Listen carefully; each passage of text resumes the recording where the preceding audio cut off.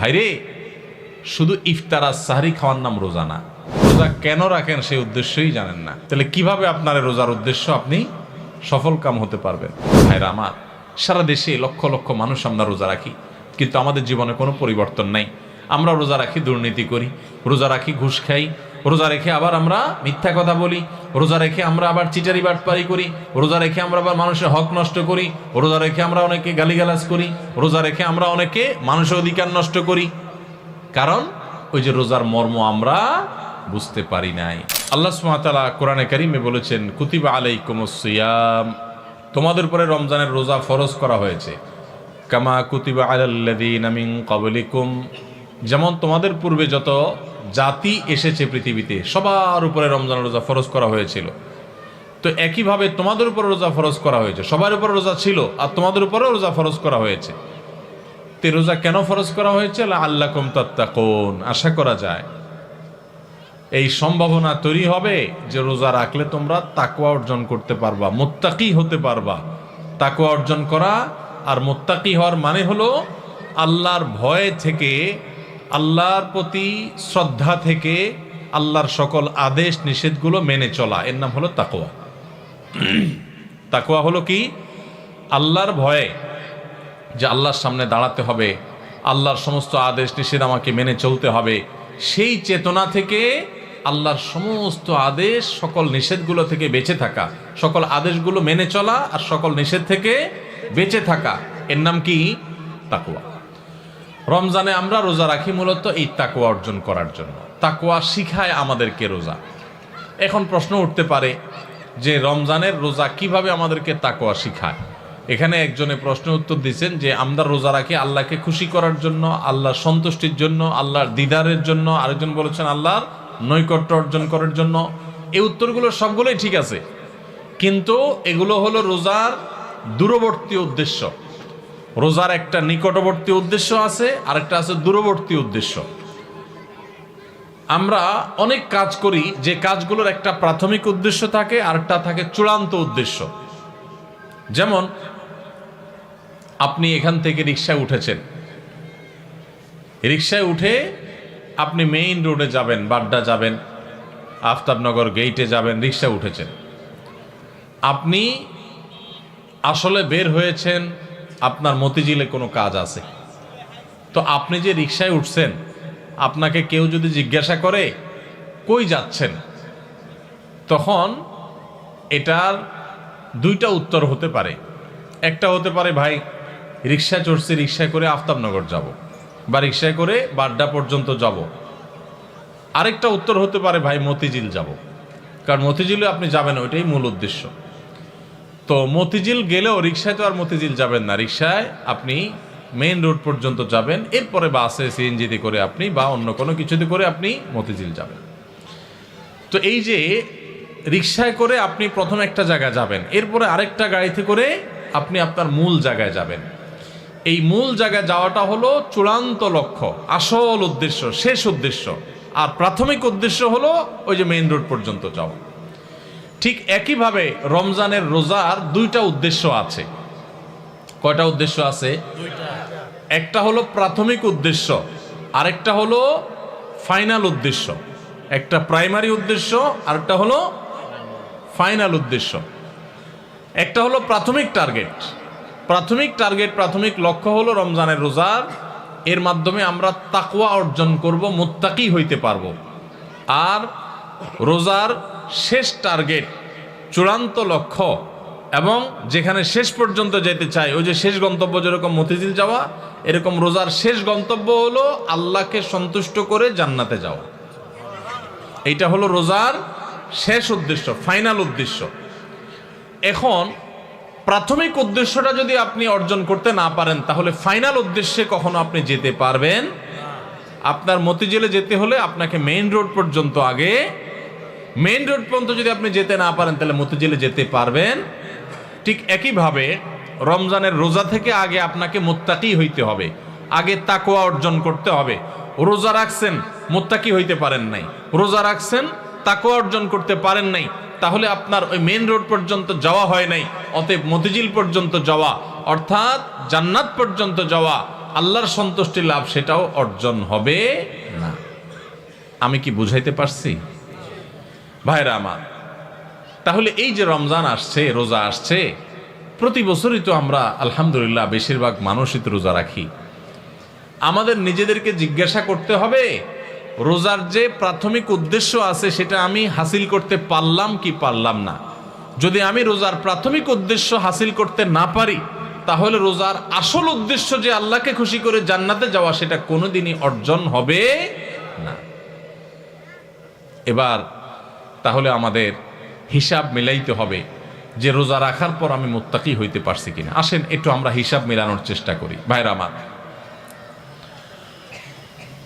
রমজানের রোজা রেখে আপনি যদি অন্যায় কাজ ছাড়তে পারেন, গুনাহের কাজ ছাড়তে পারেন, পাপের কাজ ছাড়তে পারেন, আল্লাহর সমস্ত আদেশগুলো মেনে চলতে পারেন, আপনি রোজাদার।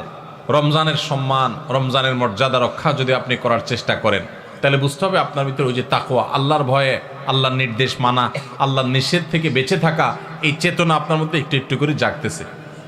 এরপরে পুরো মাস রোজা থাকার পর রমজান শেষে যদি আপনার কাছে মনে হয় যে আপনি মাশাআল্লাহ কিছু গুনাহ ত্যাগ করতে পারছেন, আপনি আগে ধূমপান করতেন, আপনি রমজান মাসে যেহেতু রোজার দিনে সারাদিন আপনি ধূমপান করতে পারেন না, আবার রাতে 6-7 ঘন্টা ঘুমায় থাকেন, 1 ঘন্টা তারাবিতে চলে যায়, তাহলে গড়ে 19-20 ঘন্টা বা 17-18 ঘন্টা, 19 ঘন্টা 20 ঘন্টা আপনি এঙ্গেজ থাকেন, চাইলেও ধূমপান করার সুযোগ নেই।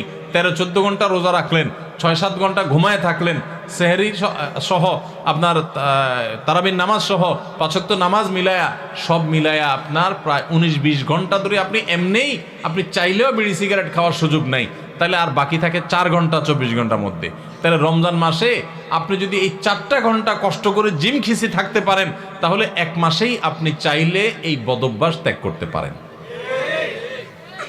ভাইরা আমার, অনেক খারাপ জিনিস আছে, অনেক হারাম জিনিস আছে, যেগুলো চাইলেই কিন্তু আমরা ত্যাগ করতে পারি এই রমজান মাসে। তো রমজান মাসে এই হারাম জিনিসগুলো, এই খারাপ জিনিসগুলো যদি আমরা ত্যাগ করার চেষ্টা করি, আমরা যদি পরিকল্পনা করি, রমজান শেষ হয়ে গেছে, আমি একটা খারাপ জিনিস ছেড়ে দিতে পারলাম। আপনি ধূমপানটা ছেড়ে দিতে পারছেন। আপনার আগে মুখ খারাপ হতো, রমজান মাসে না রোজা থেকে আমি মুখ খারাপ করতে পারি না, রোজা আসছে আমাকে ভদ্র বানানোর জন্য, রোজা আসছে আমাকে নেককার করার জন্য, রোজা আসছে আমাকে মুত্তাকি বানানোর জন্য, রোজা আসছে আমাকে নামাজি বানানোর জন্য, রোজা আসছে আমার মুখটাকে সংযত করার জন্য, কন্ট্রোল করার জন্য, আমার চোখটাকে কন্ট্রোল করার জন্য। আমি হারাম জিনিস দেখব না, খারাপ জিনিস দেখব না। রোজা আসছে আমাকে ট্রেনিং দেওয়ার জন্য। এই শিক্ষা যদি রমজানের রোজা থেকে আপনি নিতে পারেন, আর রমজান মাস শেষে আপনি যদি চোখে আঙ্গুল দিয়ে দেখাতে পারেন, নিজের বিবেকের কাছে উত্তর দিতে পারেন যে রোজার মাস রোজা রেখে, রমজান মাস আমি সিয়াম সাধনা করে, তাকুয়া চর্চা করে আমি অমুক বদভ্যাস ছাড়ছি, অমুক খারাপ কাজ ছাড়ছি, অমুক ভালো কাজটা ধরছি, আগে নামাজ নিয়মিত পড়তাম না, এখন 5 ওয়াক্ত নামাজ শুরু করছি।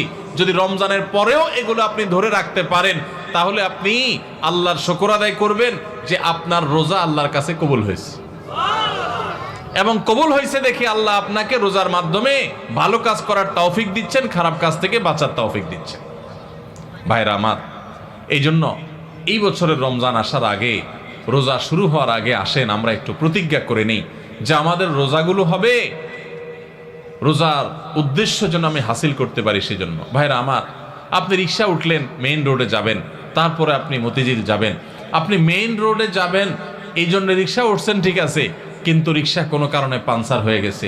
এই পাঞ্চার হওয়া রিক্সা আপনি বসে আছেন, আপনি আর যান নাই, আপনি আরেক রিক্সা উঠেন নাই, আপনি ফেরত চলে আসছেন, তাহলে আপনি কখনো মতিঝিল যাইতে পারবেন না। রমজান মাসে রোজা রাখার পর একটা গুনাহ হয়ে গেছে, এটা হলো চাকা পাঞ্চার হওয়ার মতো, সামনে আগাইতে পারলেন না। তাকওয়া চর্চা করার কথা, গুনাহ এবং হারাম কাজ ছাড়ার কথা, বদভ্যাস ত্যাগ করার কথা, কিন্তু আপনার ত্যাগ করতে পারেন নাই। তাহলে আপনি ওই যে চাকা পাঞ্চার হয়ে যাওয়ার মতো থেমে থাকবেন না, আরো সামনে অগ্রসর হবেন, আরো শক্তিশালীভাবে অগ্রসর হবেন। ভাইরা আমার, জীবনটা খুব সীমিত বাবারে, অনেক সংক্ষিপ্ত জীবন, দেখতে দেখতে জীবন পার হয়ে যায়। যারা বয়স 30-40 হয়ে গেছে বা আরো কম বেশি আছে, একটু চোখটা বন্ধ করে শৈশবকে একটু চিন্তা করেন, দেখবেন কদিন আগে আপনি ছোট বাচ্চা পোলাপানের মতো হাঁটাহাঁটি করছেন। এই যে পোলাপান ছুটাছুটি করতেছে, এদের মতো কয়দিন আগে আপনি ছিলেন। দেখতে দেখতে 40, 50, 60, 70, 80 বছর জীবন অনেকের পার হয়ে গেছে। বাকি যে কয় বছর আছে এটাও দেখতে দেখতে চলে যাবে, সব পড়ে থাকবে। আপনার ব্যবসা বাণিজ্য, আপনার সংসার, আপনার ঘরবাড়ি, আপনার দোকানদারি, ভাইরা সব থেকে যাবে, শুধু আপনার সাথে আপনার আমলগুলো যাবে। আপনার আমলগুলো যাবে। নেক আমল করবেন তো অনন্ত অসীমকালের জান্নাত, আর বদামল করবেন অনন্ত অসীমকালের জাহান্নাম। ভাইরা আমার, সেজন্য রমজান আসছে আমাদেরকে পরিশুদ্ধ করার জন্য, আমাদের মুত্তাকি বানানোর জন্য। ভাইরা আমার, রমজানের রোজা কিন্তু আমাদের সাথে কথা বলে, আমরা বুঝি না। কি কথা বলে বলবো? ভাইরা আমার, রমজানের রোজা আমাদেরকে বার্তা দেয়, মেসেজ দেয়। কি মেসেজ দেয়, কি বার্তা দেয়? রমজানের রোজা বলে যে দেখো, তুমি আমাকে ধারণ করে, অর্থাৎ রোজা রেখে সিয়াম পালন করে তুমি খাও না, পান করো না, যৌনাচার করো না। কেন করো না? আল্লাহর ভয়। সিয়াম শব্দর মানে আমরা সিয়াম বলতে রোজা বলি। সওম বা সিয়াম এটা হলো হাদিসের ভাষা, কোরআনের ভাষা। এই সওম বা সিয়াম শব্দের অর্থ কি আমরা জানি? সওম বা সিয়াম শব্দের অর্থ কেউ বলতে পারবেন? বিরত থাকা, সঠিক উত্তর। সওম বা সিয়াম শব্দের অর্থ কি ভাই? বিরত থাকা। তার মানে সওম বা সিয়াম বা রোজা এটা আমাদেরকে বিরত থাকা শিখায়। কিভাবে বিরত থাকা শিখায়? আপনি রোজা রাখছেন, খুব ক্ষুধা লাগছে, খানাও আছে। রোজা রাখছেন, খুব পিপাসা লাগছে, আবার খানাও আছে, পানিও আছে সামনে। মানুষ খায় তখন। এই যে ক্ষুধাও আছে, আবার সামনে খাবারও আছে, কিন্তু সে খাচ্ছে না, তাহলে সে কি করলো? বিরত থাকলো। সে খানা থেকে কি থাকলো? বিরত থাকলো। পানি আছে সামনে, সে চাইলেই পান করতে পারে, আবার পিপাসাও লাগছে, কিন্তু যেহেতু সে রোজা আছে এই জন্য সে পানি খায় না, তাহলে সে কি করলো? বিরত থাকলো। পানি পান থেকে কি করলো? বিরত থাকলো। আচ্ছা, আপনারা বলেন, রমজান মাসে আমরা যে খাই না বা পান করি না রোজা রেখে, আমাদের বাসা যে খাবার থাকে হালাল খাবার, কোনো চোরাই টাকা দিয়ে কিনা না, রতের কামাই করা, পরিশ্রম করে উপার্জন করে আপনি কামাই করছেন, সে কামাই করা টাকার খাবার আপনার ঘরে আছে, আপনি এক বোতল পানি দোকান থেকে কিনে আনছেন, সম্পূর্ণ হালাল। কিন্তু এই হালাল খানাটা পর্যন্ত রমজান মাসে দিনের বেলায় খাওয়া যাবে কি যাবে না? রোজা রেখে এই হালাল খানাটাও খাওয়া।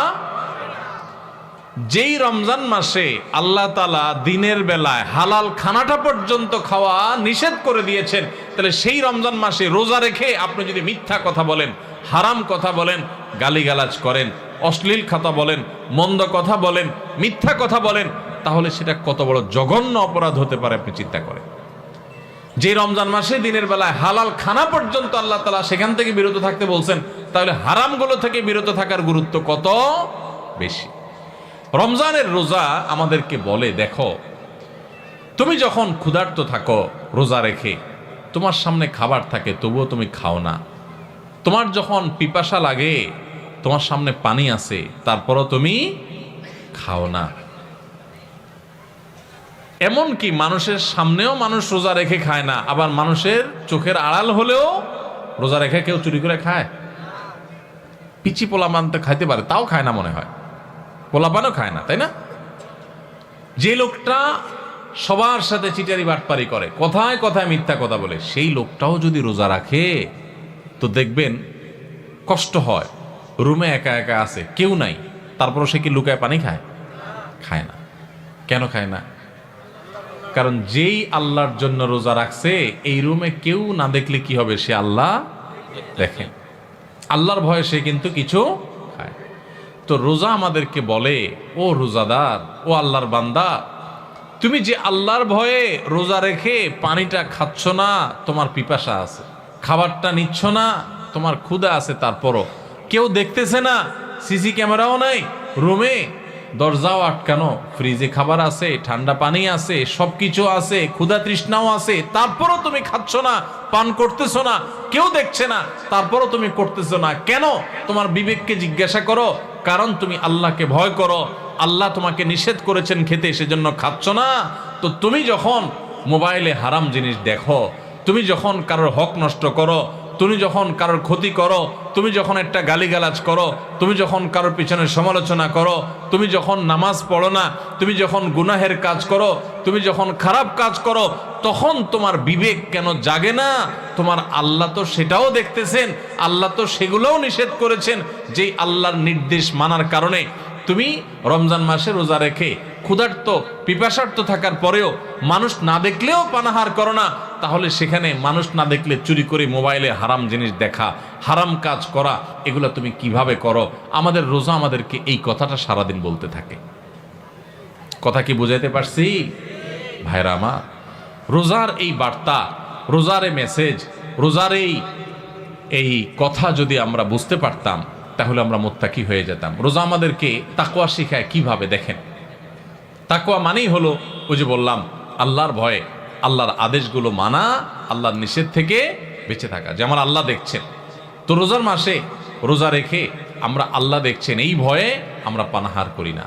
রোজার শিক্ষা নিয়ে আমি সকল হারাম কাজ করার সময় এরকম মনে থাকবে যে কেউ না দেখলেও আমার আল্লাহ ঠিকই দেখতেছেন। অতএব আল্লাহর ভয়ে আল্লাহ নিষেধ করেছেন এই কাজটা আমি করব না। এটাই হলো রোজার শিক্ষা।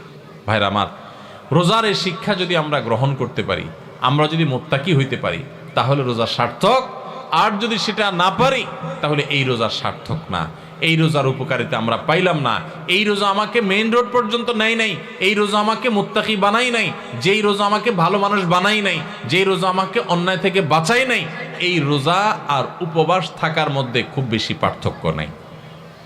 আমার কথা না, আমাদের প্রিয় নবী সাল্লাল্লাহু আলাইহি সাল্লামের কথা। তিনি বলেছেন, মাল্লাম ইয়াদা কাওলাজ জুরি ওয়াল আমালি বিহি ফালাইসা লিল্লাহি হাজা আন ইয়াদা তাআমাহু ওয়া শারাবাহু।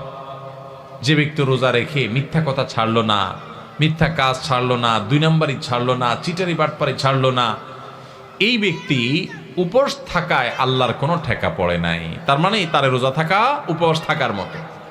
এই জন্য ভাইরা, রোজা রেখে সমস্ত অন্যায় কাজ ছাড়বো তো ইনশাআল্লাহ। আল্লাহ আমাদের সবাইকে তৌফিক দান করুন। রোজা থেকে আমরা শিক্ষা গ্রহণ করব, রোজা থেকে আমরা মেসেজ গ্রহণ করব, বার্তা গ্রহণ করব। রোজা আমাদেরকে কি বলে সেটা বোঝার চেষ্টা করব। রোজা আমাদেরকে বলে, বান্দা তুমি এই যে আল্লাহর ভয়ে পানাহার থেকে বিরত থাকতেছো রোজা রেখে, এখান থেকে তোমার তাকওয়ার ট্রেনিং হচ্ছে, তাকওয়ার প্রশিক্ষণ হচ্ছে, যে তোমার চাহিদা আছে, খাবারও সামনে আছে, খাচ্ছ না। দেখেন, মাগরিবের আজান হবে, সূর্য ডুববে, সূর্য ডুবার পর মুয়াজ্জিন সাহেব আজান দিবেন, আমরা সামনে খাবার নিয়ে ইফতার নিয়ে অপেক্ষা করি। সবার ক্ষুধা থাকে, তাই না?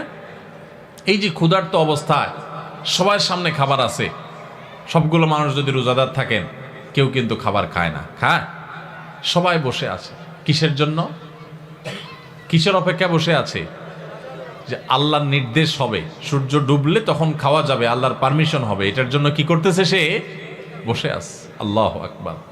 এখান থেকে শিক্ষা নেই আমরা যে আমার সামনে যখন কোনো টাকা পয়সা কামাই করার সুযোগ আসবে, আপনি একজন দোকানদার মানুষ, দোকানদারি করেন, আপনি দোকানদারি করার সময় আপনি চিন্তা করবেন, আমি আমার কাস্টমার থেকে যে 10টা টাকা নেব, লাভ করব, এখানে আল্লাহর পারমিশন আছে কিনা।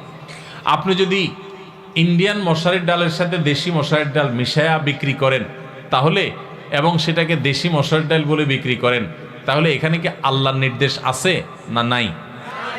আল্লাহর নির্দেশ আপনার অবৈধ কাজ করার, 2 নম্বরই কাজ করার, প্রতারণা করার, মিথ্যা কথা বলার পক্ষে কি আল্লাহর নির্দেশ আছে? তো আপনার রোজা রেখে এই যে ইফতার করছেন না, কেন করছেন না? খাই ফেলান না, কেন খাচ্ছেন না? কারণ এখনো আল্লাহর হুকুম। তাহলে ওই দোকানদারি করতে গিয়ে আপনি যে 2 নম্বরই করতেছেন, ওইটারও আল্লাহর হুকুম। আপনি এক জায়গায় আল্লাহর হুকুম মানতেছেন, আর জায়গা মানতেছেন না, তাহলে বলে গেল, আপনি বোঝা গেল আপনি খাঁটি মুসলমান হইতে পারেন নাই। যেই রোজাদার রোজা রাখার পর এই জিনিসটা শিখতে পারছে যে হাইরে, রোজা তো আমাকে বলে যে তুমি আমাকে রাখার পর যেভাবে আল্লাহকে ভয় করতেছো, এখান থেকে ট্রেনিং নিয়ে তুমি সারা বছর সব ক্ষেত্রে আল্লাহকে ভয় করে চলবা। আল্লাহ আমার জন্য হারাম করছেন, আমার কষ্ট হবে, আমার টাকার দরকার, আমার অনেক অভাব আছে, তারপর আমি 2 নম্বর পথে কামাই করব না। আমার অনেক জেদ হয়েছে, আমার অনেক গোসা হয়েছে, তারপর মুখ দিয়ে একটা খারাপ কথা বলবো না। আমার গায়ে অনেক জোর আছে, অনেক বাহুতে ক্ষমতা আছে, তারপরে একজনের প্রতি জুলুম করব না। এটাই রোজা আমাদেরকে শিখায়। ভাইরা আমার, সারা দেশে লক্ষ লক্ষ মানুষ আমরা রোজা রাখি, কিন্তু আমাদের জীবনে কোনো পরিবর্তন নাই। আমরা রোজা রাখি, দুর্নীতি করি, রোজা রাখি, ঘুষ খাই, রোজা রেখে আবার আমরা মিথ্যা কথা বলি, রোজা রেখে আমরা আবার চিটারি বাটপারি করি, রোজা রেখে আমরা আবার মানুষের হক নষ্ট করি, রোজা রেখে আমরা অনেকে গালিগালাজ করি, রোজা রেখে আমরা অনেকে মানুষের অধিকার নষ্ট করি। কারণ ওই যে রোজার মর্ম আমরা বুঝতে পারি নাই। ভাইরে, শুধু ইফতার আর সাহরি খাওয়ার নাম রোজা না। ইফতার করা আর সাহরি করার নাম কি না? রোজা না। এটাতে রোজার স্ট্রাকচার দাঁড়ায়, কিন্তু রোজা ফাইনাল হয়, কমপ্লিট হয়, ফিনিশিং হয়, পূর্ণাঙ্গতা পায় যদি রোজা রেখে আপনি মুত্তাকি হইতে পারেন, যদি রোজা রেখে আপনি হারাম কাজ ছাড়তে পারেন, যদি রোজা রেখে আপনি খারাপ কাজ ছাড়তে পারেন। নবী করিম সাল্লাল্লাহু আলাইহি ওয়াসাল্লামের সেই হাদিসের দিকে তাকান, তিনি কি বলেছেন? মাল্লাম ইয়াদা কাওলা যুরি ওয়াল আমাল বি, যে ব্যক্তি মূর্খতা সুলভ কাজ ছাড়লো না, মিথ্যা কথা ছাড়লো না, মিথ্যা কাজ ছাড়লো না, গুনাহ এবং পাপাচার এগুলো ছাড়তে পারলো না, ওই ব্যক্তির রোজা রাখা আর উপোস থাকা সমান। তার উপোস থাকায় আল্লাহর কোনো ঠেকা পড়ে নাই। অতএব এই বছরের রমজানে আমরা আসেন আগে থেকে পরিকল্পনা করি, ভাইরা আমার, আল্লাহকে সাক্ষী রেখে আল্লাহর সাথে কথা দেই, আল্লাহ এত বছর রোজা রাখছি, তোমার রোজার মর্ম বুঝি নাই, এই বছর আমি রোজার মর্মটা একটু বুঝে রোজাটা সঠিকভাবে রাখবো। চেষ্টা করা যাবে না ইনশাআল্লাহ? আল্লাহ আপনি আমাদের সবাইকে তৌফিক দান করেন। আল্লাহ আপনি আমাদের সবাইকে মুত্তাকি বানায় দেন, মুত্তাকিদের ইমাম বানায় দেন, আমাদের তাকওয়া অর্জন করার তৌফিক দান করেন। আল্লাহ হারাম ছাড়ার তৌফিক দান করেন, হারামকে না করার তৌফিক দান করেন। মনে রাখবেন, চুরিদারি করার জন্য, দুর্নীতি করার জন্য, দুই নাম্বারি করার জন্য, গুনাহের কাজ করার জন্য, পাপাচার করার জন্য, এগুলোর জন্য কোনো যোগ্যতা লাগে না। এগুলো সবাই পারে। লোভ সামলানো, যে আমি চাইলে দুই নাম্বারই করতে পারি কিন্তু করব না, আমি চাইলেই একটা রিকশাওয়ালাকে একটা থাপ্পড় দিতে পারি কিন্তু আমি আল্লাহর ভয়ে দেব না, যে তার প্রতি অন্যায় করলে আল্লাহ আমার কিয়ামতের ময়দানে বিচার করবেন, আমি যত ক্ষমতা আলে মানুষ হই না কেন। আমি কাউকে চাইলে একটা গালি দিতে পারি কিন্তু গালি দেওয়া জায়েজ নাই, ইসলামে হারাম করেছে, ইমানদার কখনো মুখ খারাপ করতে পারে না। সেজন্য আমি বেঁচে থাকবো। এগুলোর জন্য যোগ্যতা লাগে, বেঁচে থাকার জন্য যোগ্যতা লাগে। এই যে রমজানে রোজা রাখেন, খাওয়ার জন্য যোগ্যতা লাগে না, খাইতে সবাই পারে, কিন্তু আল্লাহর নির্দেশ নেই, সেজন্য বেঁচে থাকবেন, এটা সবাই পারে না, এটা রোজাদারে পারে। ঠিক না বেঠিক? অতএব আমরা সমস্ত হারাম কাজগুলো বেঁচে থাকার চেষ্টা করব। ঠিক আছে না ইনশাআল্লাহ? এই বেঁচে থাকার জন্য সদিচ্ছা লাগবে। বেঁচে থাকতে গেলে একটু কষ্ট হবে, আমি জানি একটু কষ্ট হবে। গালি দেওয়ার বদভ্যাস হঠাৎ করে ছাড়তে কষ্ট হবে। হ্যাঁ, কথায় কথায় মানুষের গায়ে হাত তোলা, মানুষের দিকে ছুটে যাওয়া, মাস্তানি করা, মাতবরি করা, গুন্ডামি করা, বদভ্যাস ছাড়তে একটু সময় লাগবে। আমি জানি মোবাইলে হারাম জিনিস দেখেন, এই অভ্যাস ছাড়তে একটু কষ্ট হবে। মনে রাখবেন, আল্লাহকে সন্তুষ্ট করার জন্য, আল্লাহকে খুশি করার জন্য আপনি যদি পাক্কা নিয়ত করেন আর এই মসজিদ থেকে দোয়া করেন, ও আরশে আজিমের মালিক, আমি চাইলেই মুত্তাকি হইতে পারবো না, তুমি আমাকে একটু সাহায্য করো, তুমি আমাকে একটু রহমত করো, তুমি আমাকে অনুগ্রহ করো।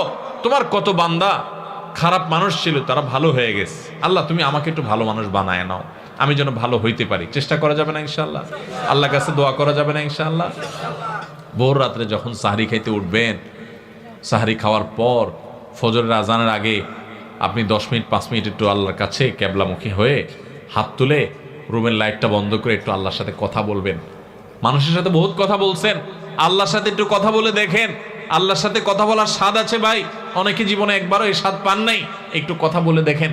ভোর রাতে সাহরি খেতে উঠলে 10টা মিনিট একটু হাত তুলে কথা বলেন। কিভাবে কথা বলবেন? কথা বলবেন এইভাবে, ও আল্লাহ, কত গুনাহ আমি করেছি, কত পাপাচার আমি করেছি, মরতে আমার হবে, তোমার কাছে যাওয়া আমার লাগবে আল্লাহ। শয়তানের প্ররোচনা করেছি, এই রমজান মাস তুমি কত মানুষকে মাফ করে দাও। নবী করিম সাল্লাল্লাহু আলাইহি ওয়াসাল্লাম বলেছেন, ওয়ালিল্লাহি মুতাকাউ মিনান নার ওয়া যালিকা ফি কুল্লি লাইলা। রমজানের প্রত্যেক রাতে আল্লাহ তাআলা অনেক মানুষকে সাধারণ ক্ষমা ঘোষণা করে দেন, যে যাও অমুক অমুক অমুক অমুক, যাও তোমাদেরকে মাফ করে দেওয়া হলো, জাহান্নাম থেকে মুক্ত ঘোষণা করে দেওয়া হলো। আল্লাহ কত মানুষকে আপনি সাধারণ ক্ষমা করে দিবেন। আল্লাহ আপনার সাধারণ ক্ষমা পাওয়ার জন্য কোনো যোগ্যতার দরকার হয় না, আপনি চাইলে যাকে তাকে মাফ করে দিতে পারেন। দুনিয়ার প্রেসিডেন্ট প্রধানমন্ত্রী চাইলে একটা দেশের যাকে তাকে যা খুশি তা দিয়ে দিতে পারে। তাদের যদি ক্ষমতা, তারা তো মানুষ। আল্লাহ আপনি তো মহান সৃষ্টিকর্তা, আপনি তো চাইলে আমার সব অপরাধগুলো মাফ করে আমাকে ফেরেশতা বানায় ফেলতে পারেন, পারেন না আল্লাহ? তো আল্লাহ আপনি আমাকে মাফ করে দেন। একটু আল্লাহর সাথে কথা বলবেন, একটু দোয়া করবেন, একটু চোখের পানি ফেলবেন, একটু সেজদায় যে আল্লাহর সাথে কথা বলবেন, একা একা কথা বলবেন, আড্ডাবাজি করবেন না। শুধু আজকাল আমরা ইফতার নিয়ে আড্ডাবাজি করি, এখন আরেকটা বাইরে হয়েছে সাহারি পার্টি, আছে না নাই? সাহারির সময় বসে বসে আড্ডা মারে, টেলিভিশন দেখে। আমরা টেলিভিশনের প্রোগ্রাম করি, এগুলো যারা টেলিভিশন দেখে তাদের জন্য না, যারা সারাদিন খারাপ জিনিস দেখে তারা যাতে অল্প কিছু সময় হইলেও খারাপ জিনিস না দেখে সেজন্য, আপনাদের জন্য না। এই জন্য সাহারির সময় কোনো টিভি অনুষ্ঠানও দেখবেন না। আপনি কি করবেন? আপনি ওই সময় দোয়া করবেন, চোখের পানি ফেলবেন। ভাইরে, এই সুযোগ গত বছর রমজানে অনেকে পাইছে, এই বছর তারা মাটির নিচে চলে গেছে। আপনি এই সুযোগ এবার রমজানে এই মজলিসে আছেন, হয়তো এই মজলিস থেকে অনেকে আছেন রমজানের আগে দুনিয়া থেকে চলে যাবেন, পাবেন না। নিয়ত করে নেন, যদি আমি পাই তাহলে আমি এবারের রমজান মাসে একটা গুনার কাজও করব না। নিয়ত করা যায় না? আপনি যদি নিয়ত করেন আর মৃত্যু যদি আপনার রমজানের আগে হয়ে যায়, তো আপনার পাক্কা নিয়তের কারণে আল্লাহ তাআলা আপনাকে গোটা রমজান জুড়ে ইবাদত করলে, গুনাহ ত্যাগ করলে যে সওয়াব পাইতেন তা আপনার আমলনামায় অটোমেটিক জমা করে দিবে। এজন্য ভাই, এইবারের রমজানে আমরা কোনো গুনাহের কাজ করব না ইনশাআল্লাহ। আমার এই মুখ আমি তালা মেরে দিব, আমার এই চোখ দিয়ে আমি মোবাইলে, টেলিভিশনে খারাপ কিছু দেখব না। রাস্তা যখন হাঁটবো, মেয়েদের সৌন্দর্য দেখে দেখে মনে মনে খারাপ চিন্তা করব, আমি সে হারাম কাজ করব না। নিজের চোখকে আমি সংযত করে ফেলবো আল্লাহর ভয়ে। আমার উপার্জনটা হবে হালাল, আমার কাজকর্ম হবে সব ঠিকঠাক মতো, কারণ রমজান মাস তাকওয়ার মাস, রমজান মাস ভালো কাজ করার মাস, রমজান মাস হারাম কাজ ছাড়ার মাস, তাকওয়ার মাস। আগেই বলছি, রমজানের রোজার উদ্দেশ্যই হলো তাকওয়া অর্জন করা। আপনি তাকওয়াই যদি অর্জন করতে না পারেন, এই রোজা রাখার কোনো মানে নাই। এই জন্য শুধু ইফতার আর সাহরি না, শুধু না খেয়ে থাকা না, শুধু পানি পান না করা না, শুধু যৌনতা বর্জন না, সকল পাপাচার বর্জন করার ট্রেনিং নিতে হবে রমজান থেকে। রমজান চলে যাবে, আমার অভ্যাস পরিবর্তন হবে না। রমজান চলে যাবে, আমার গুনাহ ছাড়া হবে না। রমজান চলে যাবে, আমি মুত্তাকি হব না। এই রমজান কখনো সফল বা সার্থক রমজান হতে পারে না। তাহলে আমরা সবাই এই বছরের রমজানটাকে ভিন্নভাবে কাটাবো তো ইনশাআল্লাহ। এখন থেকে ভাই একটু পরিকল্পনা করে ফেলি। যার ধূমপানের বদভ্যাস আছে, আমি এই রমজান মাস ধূমপান করব না। এক মাস যদি আপনি ছাড়তে পারেন, এক মাস পরে শয়তান এসে আপনাকে ঈদের দিন বলবে, রমজান তো গেছে, এবার ধর। আপনি শয়তানরে বলবেন, 30 দিন যদি এই বদভ্যাস আমি ছাড়তে পারি এবং আমার কোনো অসুবিধা না হয়, তাহলে এখনও আমি পারবো। হিম্মত করে যদি আপনি একটু ছাড়তে পারেন, আর ওই বিড়ি খান না, লোকজন সিগারেট খান না, বন্ধু বান্ধব ত্যাগ করে যারা এগুলো খায় না তাদের সাথে উঠা বসা শুরু করে দেন, দেখবেন আপনার বদভ্যাস দূর হয়ে গেছে ইনশাআল্লাহ। ভাইরা আমার, কতকাল আমরা গুনাহ করতে থাকবো বলেন? আলাম ইয়ানি লিল্লাযীনা আমানু আন তাখশা কুলুবুহুম লিযিকরিল্লাহ। আল্লাহর স্মরণে, আল্লাহর ভয়ে অন্তরগুলো নরম হওয়ার সময় ইমানদারদের কি এখনো আসে নাই? কবর ডাকছে প্রতিদিন। কত মানুষ আপনার আমার বয়সে চলে যাচ্ছে। এই যে বেইলি রোডের আগুনে 46 জন মানুষ পুড়ে ছাই হয়ে গেছে, হ্যাঁ, একদিন আগে মাত্র আমাদের চোখের সামনে। ভাই আমার, আপনি যে ঘুমায় থাকেন রাতে, আমি যে ঘুমায় থাকি রাতে, ওই রাতে ভূমিকম্পে, একটা অগ্নিকাণ্ডে, একটা দুর্ঘটনায় মুহূর্তের ভিতরে যে আমি ছাই হয়ে যাব না, কোনো গ্যারান্টি আছে? ওই 46 জন মানুষ যারা আগুনে পড়ে ছাই হয়ে গেছে, তাদের মধ্যে অনেকেই আপনার মতো এরকম পরিকল্পনা ছিল যে সে এটা করবে, সে ওইটা করবে, হ্যাঁ, সে অমুকের সাথে আড্ডা মারবে, হোস্টেল থেকে আপনার রেস্টুরেন্ট থেকে বের হয়ে এসে সে অমুক কাজ করবে, পরের দিন তমুক কাজ করবে। কত প্ল্যান প্রোগ্রাম ছিল, তাই না? কোথায় এখন প্ল্যান প্রোগ্রাম? আহা, মৃত্যু আমাদের প্রত্যেকটা মানুষকে প্রতিদিন মেসেজ দেয়, কিন্তু আমরা গ্রহণ করি না। আল্লাহ রাব্বুল আলামিন আপনাকে, আমাকে, আমাদের সবাইকে মুত্তাকি হওয়ার তৌফিক দান করুন। সবাইকে আল্লাহ তাআলা নেককার হওয়ার তৌফিক দান করুন। আল্লাহর ইমানদার বান্দা হওয়ার তৌফিক দান করুন। তাহলে ভাইরা, আমরা এই রমজান উপলক্ষে কে কোন বদভ্যাস ছাড়বো এখন থেকে পরিকল্পনা করি। যার মুখ খারাপ বদভ্যাস আছে, মুখ খারাপ করব না।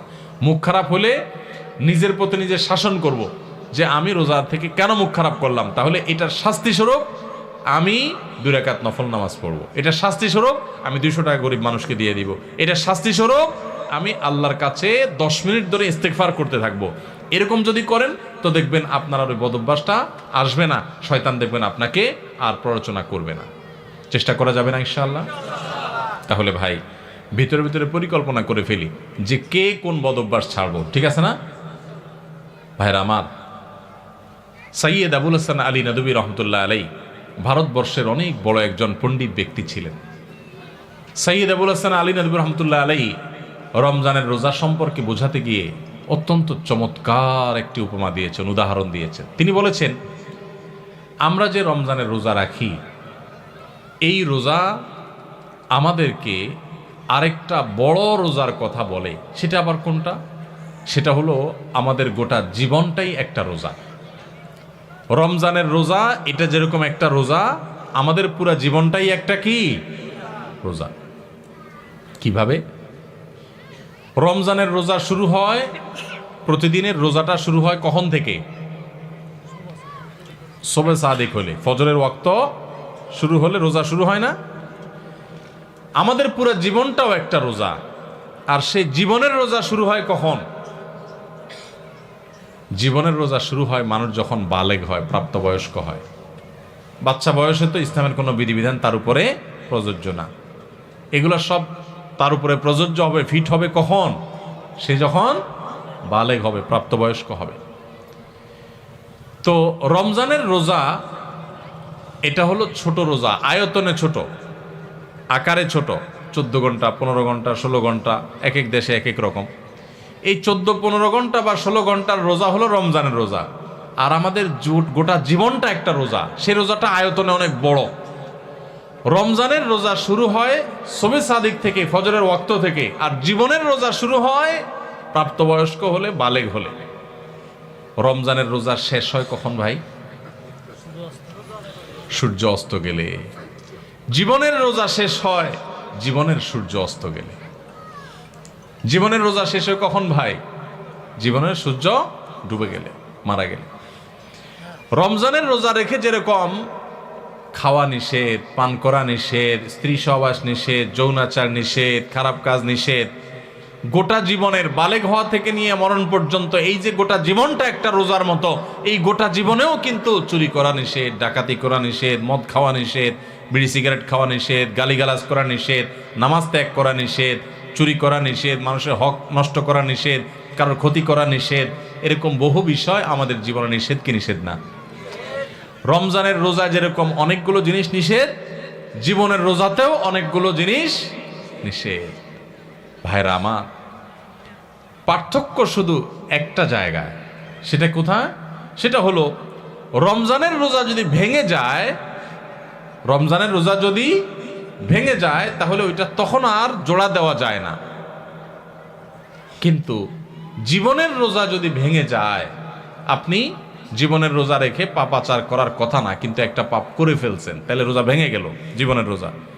তো সাথে সাথে আপনি চাইলে তওবা করে আল্লাহর কাছে যদি মাপ চান যে আল্লাহ আমার ভুল হয়ে গেছে, আর আমি করব না, তো তওবা যদি করতে পারেন, খাঁটি তওবা, তাহলে আপনার সেই ভুল আল্লাহ মাফ করে দিবেন, আবার নতুন করে রোজা কন্টিনিউ হবে।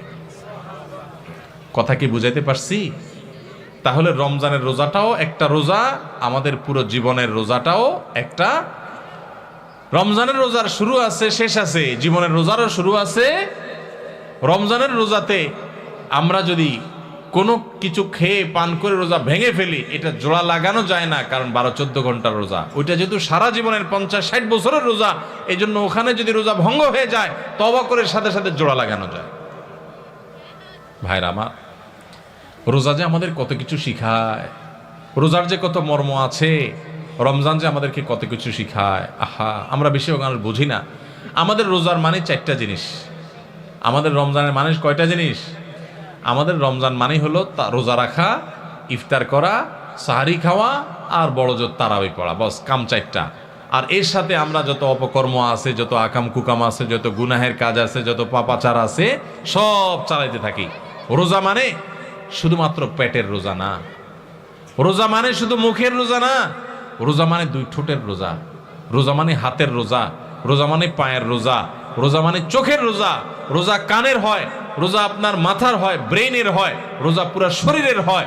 আপনি মন দিয়ে খারাপ চিন্তা করবেন না, চোখ দিয়ে খারাপ জিনিস দেখবেন না, কান দিয়ে খারাপ জিনিস শুনবেন না, হাত দিয়ে খারাপ জিনিস ধরবেন না। এই সবগুলো রোজা। রোজা শুধু পেটের হয় না, রোজা সমস্ত অঙ্গ প্রত্যঙ্গের হয়। যে ব্যক্তি শুধু পেটের রোজা রাখে সে উপোস থাকে, আর যে মাথা থেকে পা পর্যন্ত পুরো শরীরের রোজা রাখে, চোখের রোজা রাখে, চোখ দিয়ে খারাপ জিনিস দেখে না, হাতের রোজা রাখে, হাত দিয়ে খারাপ জিনিস ধরে না, মুখের রোজা রাখে, মুখ দিয়ে খারাপ জিনিস বলে না, খারাপ কথা বলে না, মিথ্যা কথা বলে না, হারাম উপার্জন করে না, পাও দিয়ে খারাপ পথে যায় না, মনে খারাপ চিন্তা করে না, কান দিয়া গান বাজনা শুনে না, হারাম কথা শুনে না। এই ব্যক্তি হলো আসল রোজাদার। এই ব্যক্তি শুধু পেটের রোজা রাখে নাই, সে মাথা থেকে পা পর্যন্ত পুরো শরীরের রোজা রাখছে। চেষ্টা করবো আমরা ইনশাআল্লাহ। ভাইরে, জীবনে বহু রোজাই তো রাখছেন, আসেন না এবার রমজানকে সামনে রেখে একটু পাক্কা নিয়ত করে ফেলি। আল্লাহ সুবহানাহু ওয়া তাআলা দেখছেন আমরা কোরআনের মাহফিলে আসছি, হাদিসের মাহফিলে আসছি, মাদ্রাসার তালেব ইলমদের সাথে, ইয়েতিমদের সাথে দ্বীনি প্রোগ্রামে আজকে একত্রিত হয়েছি। কত কষ্ট করে এই প্রোগ্রাম আয়োজন করছেন ভাইরা আমার, আলেমরা, কর্তৃপক্ষ কত পরিশ্রম করে করেছেন। আসেন আজকে আমরা এই প্রোগ্রামে বসে আমাদের মালিককে আমরা কথা দিয়ে দেই যে আরশে আজিমের মালিক ও আমার আল্লাহ, জীবনে বহু রোজা রাখছি উল্টাপাল্টা করে, অর্ধেক টাইপ রোজা রাখছি, পেটের রোজা রাখছি, মুখেরটা রাখি নাই, হাতেরটা রাখি নাই। আল্লাহ এবার পুরো বডির রোজা রাখবো। নিয়ত করা যায় না ইনশাআল্লাহ? মাথা থেকে পা পর্যন্ত পুরো শরীরে রোজা রাখবো, নিয়ত করা যাবে? আপনি পাক্কা নিয়ত করেন, আল্লাহ তৌফিক দেবে ইনশাআল্লাহ। চেষ্টা করা যাবে না? আপনি পাক্কা নিয়ত করেন যে আমার জান যাক, জীবন যাক, আমি খারাপ পথে যাব না, আমি এই রমজান মাসটা ভালো পথে চলবো। যেই বন্ধুর কারণে খারাপ পথে যায় ওর সাথে কোনো যোগাযোগই করব না, ওর সাথে সম্পর্ক ছিন্ন করে ফেলবো আল্লাহর জন্য। কিয়ামতের ময়দানে আল্লাহর কাছে যে জান্নাত আশা করেন, কিসের বিনিময়ে ভাই? কোন মুখে জান্নাত চাইবেন? আল্লাহকে বলতে পারবেন, আল্লাহ আমার একটা বন্ধু ছিল, অনেক ভালোবাসতাম ওরা ছাড়া আমার দিন চলতো না। আল্লাহ যেহেতু ওর মধ্যে বদভ্যাস আছে, ওর কাছে গেলে আমার মিথ্যা বলা হয়, ধূমপান করা হয়, মাদকের অভ্যাস হয়, খারাপ পথে চলে যায়, ও মানুষটা সুবিধার না, নামাজ পড়ে না, ওর কাছে গেলে আমার নামাজ পড়া হয় না, এই জন্য আমি ওরে ত্যাগ করছি, ওরে ব্লক মারছি, ওর থেকে দূরে সারছি, আমি একটা ভালো বন্ধু গ্রহণ করছি। আমার প্রাণের চাইতে প্রিয় বন্ধুটাকে আমি ছেড়ে দিছি, ত্যাগ করে দিছি, সম্পর্ক ছিন্ন করছি আল্লাহ তোমারে পাওয়ার জন্য, তোমারে খুশি করার জন্য। এই মুখ নিয়ে আল্লাহর কাছে গেলে কিয়ামতের ময়দানে জান্নাতটা চাইতে পারবেন, চাওয়ার মতো মুখ থাকবে। আল্লাহর জন্য যদি আপনি একটা খারাপ কাজও না ছাড়েন, একটা বদভ্যাসও না ছাড়েন, কোন মুখে আল্লাহর কাছে আপনি জান্নাত চাইবেন? আমার কথা কি বুঝতে পারছেন আপনারা ভাইরা আমার? সাইয়্যিদ আবুল হাসান আলী নদভী রহমতুল্লাহ আলাইহি ওই যে বলছেন রমজানের রোজাটা 14 ঘন্টা 15 ঘন্টার রোজা, আর আমাদের পুরো জীবনের রোজাটা হলো 40, 50, 60, 70 বছর, যে যতদিন বাঁচে তত বছরের রোজা। রমজানের রোজা শুরু হয় ফজরের ওয়াক্ত শুরু হলে, আমাদের জীবনের রোজা হয় বালেগ হলে। রমজানের রোজা শেষ হয় সূর্য ডুবে গেলে, জীবনের রোজা শেষ হয় জীবনের সূর্য ডুবে গেলে। তাহলে শুধু রমজানের রোজাই রোজা নয়, এই রোজা আমাদেরকে বলে, ও রোজাদার, আমি তো ছোট রোজা, আয়তনে ছোট, তোমার পুরো জীবনটাই তো একটা কি রোজা।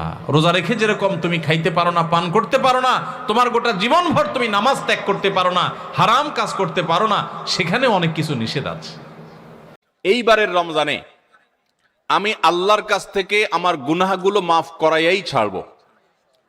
প্রত্যেক দিন ভাইরা আমার, রমজানের প্রত্যেকটা দিন আল্লাহ তাআলা বহু মানুষকে সাধারণ ক্ষমা ঘোষণা করেন, যাই করছো বান্দা সব মাফ। ভাইরা আমার, দাঁড়ায় থাকা একজন মানুষ দ্রুততার সাথে হঠাৎ করে খুব জোরে দৌড় দেওয়া শুরু করতে পারে না। দাঁড়ানো থেকে আগে হাঁটা শুরু করে, এরপর একটু গতি বাড়ায়, তারপরে অনেক স্পিড মানুষ দেয়। একটা গাড়ি যখন দাঁড়ানো থাকে, ওই দাঁড়ানো গাড়িটাকে হঠাৎ করে 100 মাইল স্পিডে চালানো যায় না।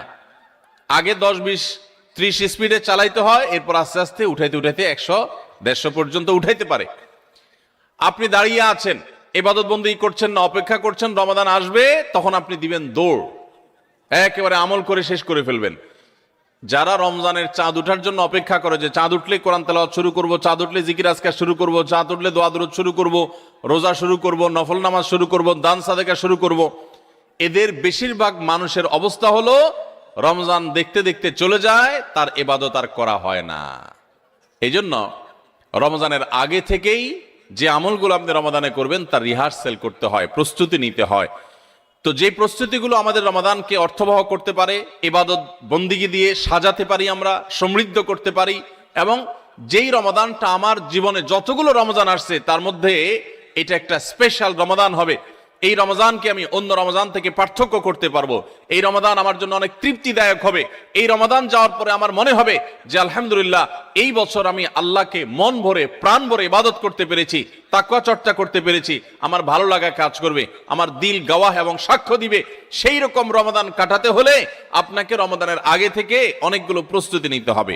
প্রস্তুতি নম্বর এক নম্বর প্রস্তুতি হলো আমাদের রমাদানের আগ পর্যন্ত, এই যে গত রমজান থেকে এই রমাদান পর্যন্ত বা জীবনের শুরু থেকে এই পর্যন্ত যত পাপাচার আমরা করেছি, যত গুনাহ করেছি, যত অন্যায় করেছি, রমজানে ইবাদত বন্দিগির প্রস্তুতির অংশ হিসাবে সেই গুনাহ এবং পাপাচারগুলো থেকে আল্লাহর কাছে মাপ চাইতে হবে, ইস্তেগফার করতে হবে, ক্ষমা প্রার্থনা করতে হবে, বলতে হবে মাবুদ আমি যে অপরাধী, আমি যে পাপিষ্ঠ, কত গুনাহ করেছি, কত অন্যায় করেছি, তোমার কাঠগড়ার আসামি আমার নামে বহু মামলা হয়ে আছে।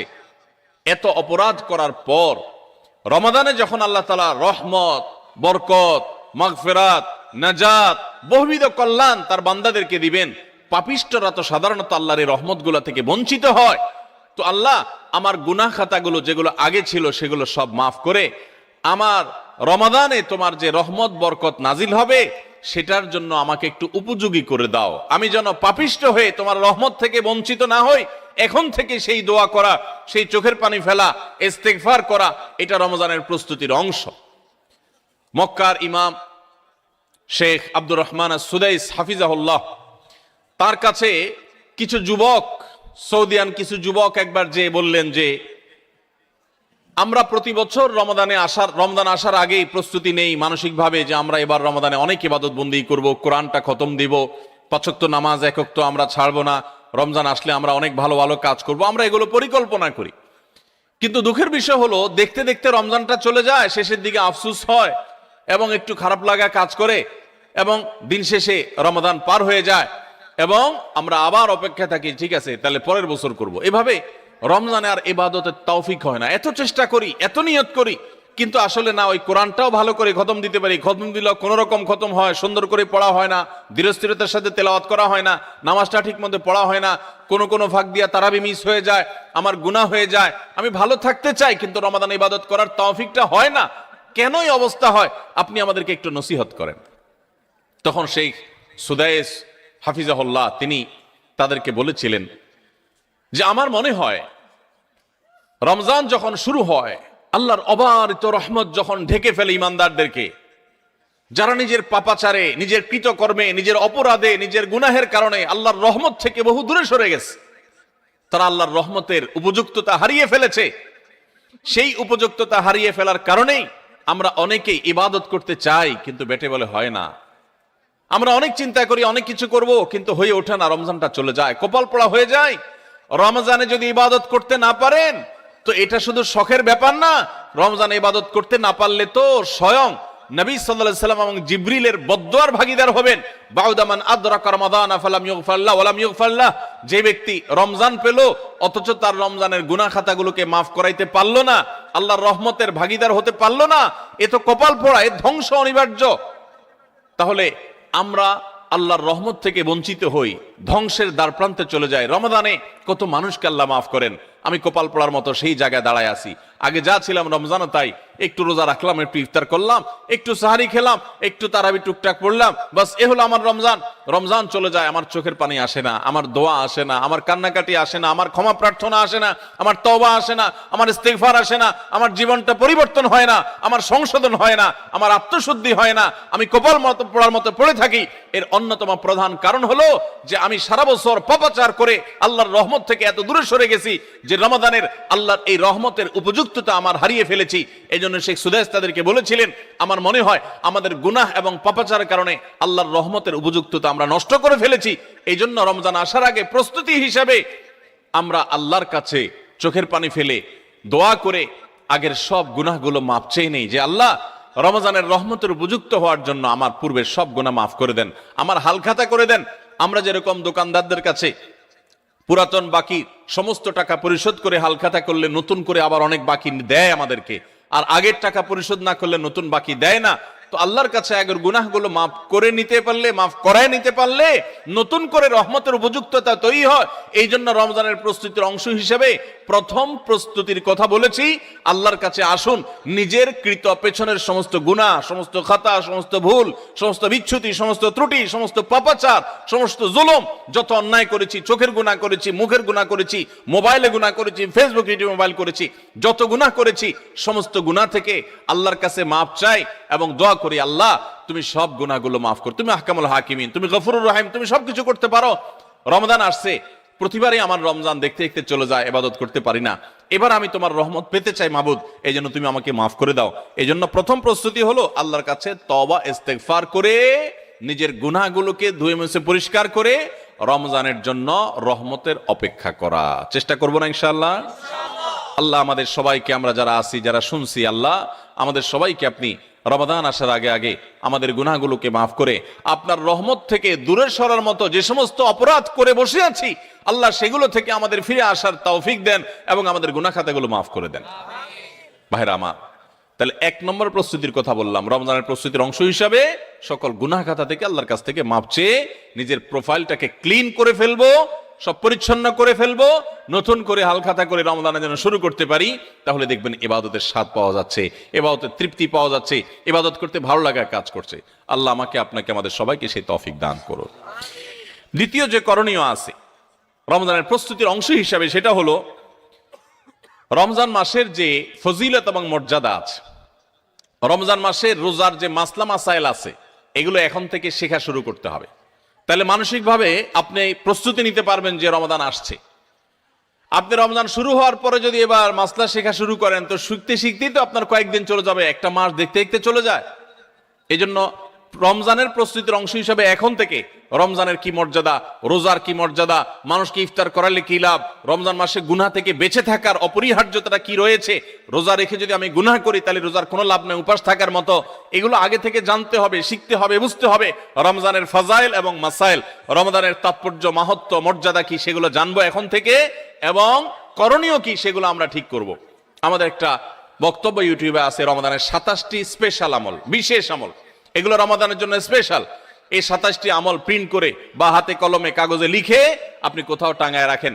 এখন থেকে দেখা শুরু করেন যে 27টা আমলের সবগুলো আমি পুরো মাস ব্যাপী করব, কোনটা আমি বাদ দিব না।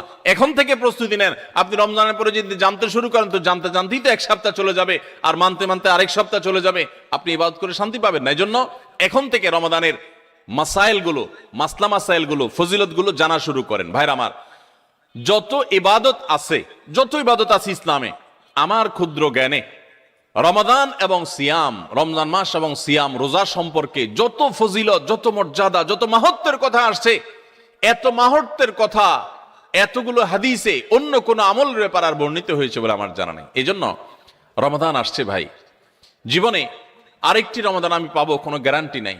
কত মানুষ গত রমজানে ছিলেন, এই রমজানে তারা কবরের বাসী হয়ে গেছে। এই জন্য এই রমজানটা যেন সঠিকভাবে কাটাতে পারি, সেজন্য আগে থেকে, এখন থেকে রমজানের মাসলা মাসাইল জানবেন, সেরকম বই কিনবেন, রমজানের উপযোগী বই পুস্তক কিনবেন, এবং ওইরকম ওয়াজগুলো শুনবেন, আলেমদের কাছে বসবেন, মসজিদে মসজিদে আলোচনা শুরু হবে, রমজানের প্রস্তুতি শুরু হবে। আল্লাহ আমাদের সবাইকে তৌফিক দান করুন। আমাদের প্রতিজ্ঞা করতে হবে, নিয়াত করতে হবে, এইবারের রমজানে আমি আল্লাহর কাছ থেকে আমার গুনাহগুলো মাফ করাইয়াই ছাড়বো। প্রত্যেক দিন, ভাইরা আমার, রমজানের প্রত্যেকটা দিন আল্লাহ তাআলা বহু মানুষকে সাধারণ ক্ষমা ঘোষণা করেন। যাই করছো বান্দা সব মাফ, সাধারণ ক্ষমা ঘোষণা করেন কিছু মানুষকে। সেই সৌভাগ্যবান মানুষগুলোর কাতারে আমি ঢোকার জন্য চেষ্টা করবই করব, এই প্রতিজ্ঞা করা, এটা হলো প্রস্তুতির অংশ। যে এইবারের রমজানকে আমি আর হেলায় হারাতে দেব না, আমি এবার রমজানে আমার গুনাহ মাফ করাইয়াই ছাড়বো, এই প্রতিজ্ঞা এখন থেকে করতে হবে ইনশাআল্লাহ। প্রতিজ্ঞা করবেন তো ইনশাআল্লাহ? যে যেই কোনো কিছুর বিনিময় হোক, আল্লাহর কাছ থেকে ক্ষমা আমি আদায় করেই ছাড়বো, আমি আল্লাহর কাছ থেকে ক্ষমা নিয়েই ছাড়বো। এখন আপনি বলতে পারেন যে ক্ষমা যে আমি পেয়েছি তার গ্যারান্টি কি, কিভাবে নিশ্চিত হব? ভাইরা আমার, কোন কোন সালাফ বলেছেন আমাদের দোয়া কোনটা আল্লাহর কাছে কবুল হয়েছে আর কোনটা কবুল হয়নি নিশ্চিত হওয়ার কোনো উপায় আছে কিনা। তো তারা বলেছেন যে যেই দোয়ার পর, যে কান্নাকাটির পর, যে প্রার্থনার পর, যে মুনাজাতের পর আপনার মানসিক প্রশান্তি অনুভব হয়, আপনার মনের মধ্যে এক ধরনের সুখ অনুভব হয়, তৃপ্তি অনুভব হয়, আপনার প্রশান্তির এক বাতাস বয়ে যায়, খুব ভালো লাগা কাজ করে যে আমি দোয়া করেছি, আল্লাহর কাছে চোখের পানি ফেলেছি, কান্নাকাটি করেছি, ভালো করে মনোযোগ দিয়ে দোয়া করতে পেরেছি। এরকম যদি তৃপ্তি অনুভব হয় তাহলে সুধারণা করতে পারেন যে আল্লাহ আপনার দোয়াটা কবুল করেছেন।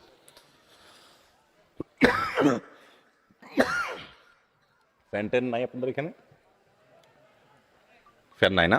বাতাস উদাস করেন না, পাকা পাকা দিয়ে না।